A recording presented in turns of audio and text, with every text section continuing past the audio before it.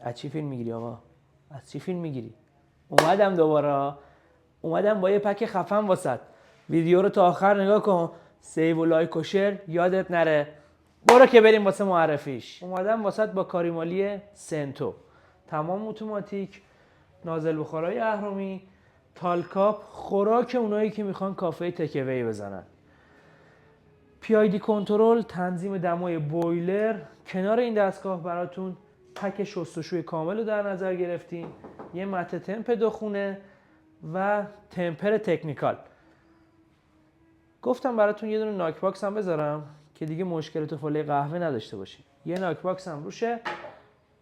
بیا که بهت قیمتشو بگم. خیلی پیگیری قیمتشو بهت بگم. بیا جلو، بیا واسه تویی که